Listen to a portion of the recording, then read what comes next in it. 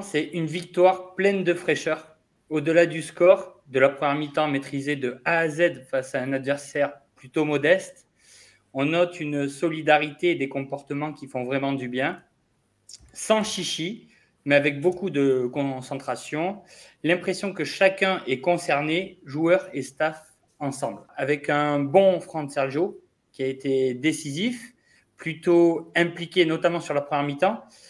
J'ai envie de relever aussi Dany, Dany la matraque, des fois qui fait beaucoup de fautes, et qui a été décisif ce coup-là, avec un beau but. Déjà le cap sur Niort, avec ce nouveau match à domicile, stade où on a besoin de redorer notre blason et avoir envie de créer une alchimie entre l'équipe et les supporters. On a vu une bonne première pour Valenciennes, je pense que ça demande encore à être développé.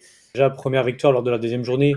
Vu le contexte, vu notre préparation, c'est quand même une très très bonne chose. On est quand même sur 2 matchs avec 4 points et 0 but encaissés. On se donne une bouffée d'air positive après la préparation qui a été compliquée. Ce que j'ai trouvé intéressant dans ce match-là, c'est qu'ils ont fait l'entame de match très très bonne.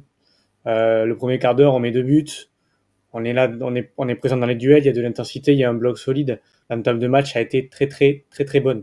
Et l'entame de match a été très cohérente et très bien faite de la part des joueurs et de la part du staff. Et en plus, on a vu quand même des améliorations comparées au match précédent où moi j'avais justement reproché au milieu de terrain de ne pas se projeter, de ne pas être présent dans la surface. Le premier but qui s'est culminé, c'est Ignatenko qui est dans la surface de réparation.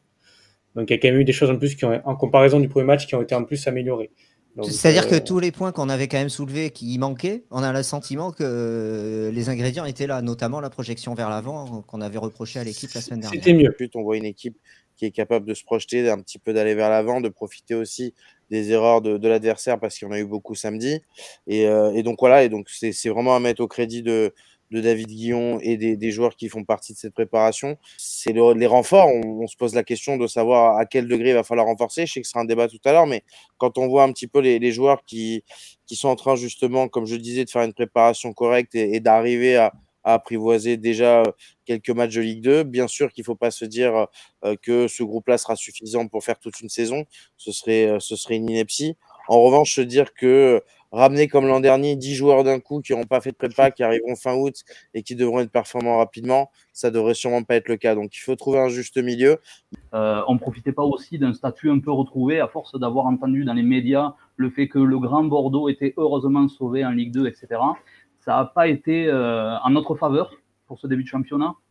J'ai l'impression que les équipes arrivent un peu, je ne vais pas dire avec la peur au ventre, mais avec un peu de réticence en nous jouant. Et c'est quelque chose qu'on avait un peu perdu les dernières saisons. Donc, on profite un petit peu de ça, donc tant mieux. Je pense que Rodez a joué un peu sur le couloir en début de match et tant mieux pour nous.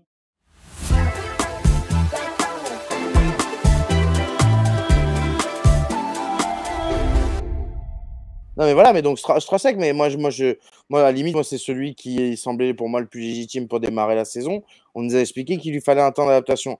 À partir du moment où on m'explique ça, pour moi c'est totalement normal qu'on ramène un gardien type du coup Jonas Le Seul, effectivement, qui est typiquement le profil que j'attendais à peu près, un gardien de 32, 33, 34 ans, à qui il reste entre 1 et 3-4 ans de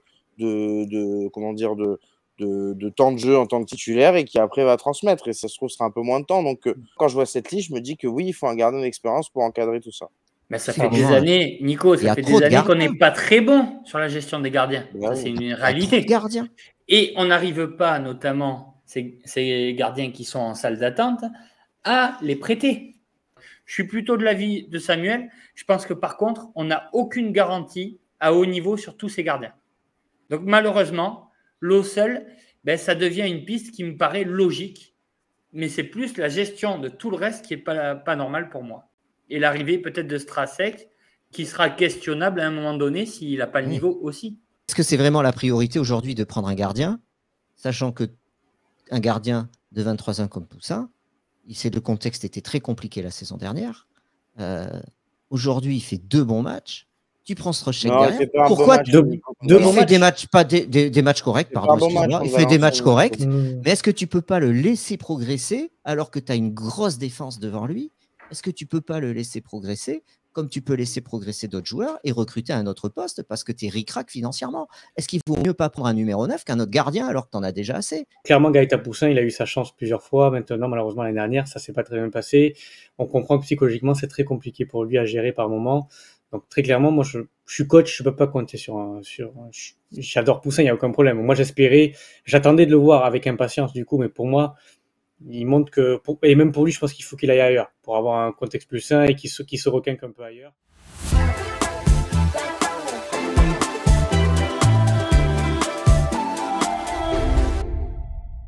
Donc offensivement, c'est une équipe aussi qui se base beaucoup sur des individualités. Et notamment, il y en a une qui est très intéressante, c'est Boutoba. C'est le seul joueur samedi qui a été à peu près au niveau. Il a marqué quand même 2 buts en 2 matchs. Et qui c'est qui est face à lui? Mais c'est notre ami Comier. Il joue à droite, Boutoba, il est droit. Et Comier, ce que je disais, il va avoir un défi très intéressant. Là, il va vraiment avoir un gros duel très intéressant à observer. Parce que Comier va être face à un adversaire qui va être très très fort. C'est le joueur l'année dernière en Ligue 2 qui a dribblé le plus, qui a réussi le plus de dribbles. Donc clairement, c'est un gros client qui l'attend. Il est suivi par des clubs de Ligue 1. On va lui mettre Ignatenko sur le dos. Pour moi, il y a un deuxième point, ça serait qui va être important sur ce match-là, au-delà de ce duel-là, c'est enfin de lancer notre saison à domicile. Il ne faut pas contraindre encore, comme on l'a fait l'année dernière, attendre 2-3 mois avant de gagner un premier match à domicile. Là, il faut qu'on gagne assez rapidement. C'est quand même une belle opportunité parce que Niort n'est pas très bien. Niort est une équipe effectivement sous courant alternatif très clairement. Si on arrive à bloquer Caboret, Boutoba, très clairement, on sera quand même bien parti. Donc si on arrive à être assez solide, un bloc assez solide comme on a vu là contre Rodez, très clairement, on a quand même une possibilité de lancer notre championnat à domicile. Donc si on peut faire un 2-1, ça serait bien. 2-1 pour nous. Mais moi, j'espère qu'on va avoir une stabilité, une forme de stabilité sur l'équipe qui va démarrer. Je pense que ce sera le cas. Pourquoi? Parce qu'il y a des automatismes qui sont assez bons. Des jeunes qu'on espère encore avec un peu moins d'appréhension par rapport à ils ont déjà fait un match dans ce stade. Donc, il y aura ça en moins par rapport à la pression. Et j'espère que on va voir une équipe un peu plus libérée qui commence à avoir des automatismes. Et j'espère qu'on va continuer sur la même dynamique que ce qu'on a entrevu les 2 premiers matchs. Ton pronostic, Gino? 3-1. Moi, je verrai un 3-1 pour les Girondins. Cette équipe de Niort, il faut profiter de cette situation, profiter de notre dynamique pour prendre les 3 points à Bordeaux, finir ce premier bloc de 3 matchs avec le maximum de points possible, un peu comme je vous dirais de 2-1.